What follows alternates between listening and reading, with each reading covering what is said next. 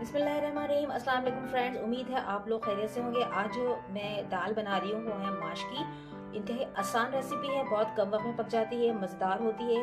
आइए इसकी रेसिपी आपके साथ शेयर करती हूँ। एक पाव माश की दाल को मैंने 1 घंटे पानी में भिगो के रखा था। अब मैंने इसको शामिल कर दिया है पतीली के अंदर और मैंने 2 ग्लास यहाँ पानी डाल दिए हैं। अब इसमें आएगा बॉयल। जैसे इसमें एक बॉयल आएगा तो हम इसमें कुछ इंग्रेडिएंट्स शामिल करेंगे जो कि कुछ यूँ हैं। यहाँ मेरे पास है 1 टेबल स्पून भर के जूलियन कटिंग अदरक, 5 से 6 अदद में लूंगी काली मिर्च, 3 अदद लौंग, 1 बड़ा इलायची, 1 दालचीनी का टुकड़ा, 5 अदद में यहाँ पे गोल वाली लाल मिर्च लूंगी। इसको शामिल कर दूंगी मैं दाल के अंदर। यहाँ मैंने ऐड कर दिया है और 1 चमचा जो है नमक ऐड करेंगे।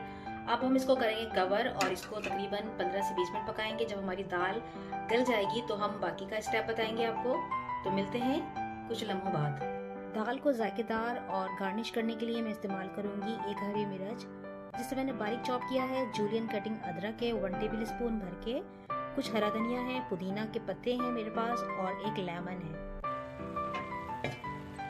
फ्रेंड्स, दाल जो है वो गल गई है। अब हम यहाँ पे चेक कर सकते हैं नमक। अगर नमक आपको कम लगे तो इसमें नमक और ऐड कर दीजिए। यहाँ थोड़ी सी मैं हरी मिर्च ऐड करूंगी इस वक्त। अब मैं लगाऊंगी इसमें एक अच्छा सा तड़का।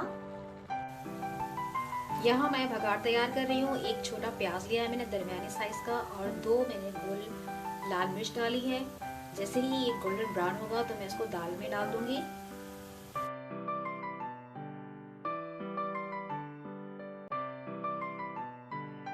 दाल यहाँ हो गई है रेडी और मैंने इसे किया है डिश आउट। अब इसे मैं करूंगी गार्निश, फिर लगाऊंगी इस पे एक तड़का। ये लीजिए दाल मैंने गार्निश कर दिया। अब हम लगा रहे हैं यहाँ तड़का।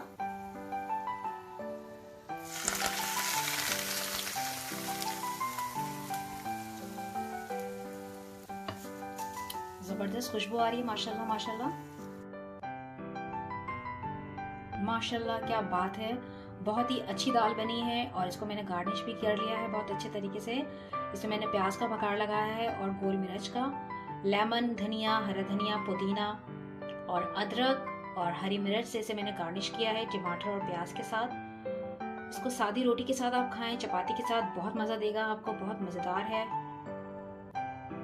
रेसिपी पसंद आए तो मेरे चैनल को लाइक एंड सब्सक्राइब ज़रूर कीजिएगा। अपना रखिएगा बहुत सारा ख्याल और मुझे रखिएगा दुआ में याद। अस्सलाम वालेकुम।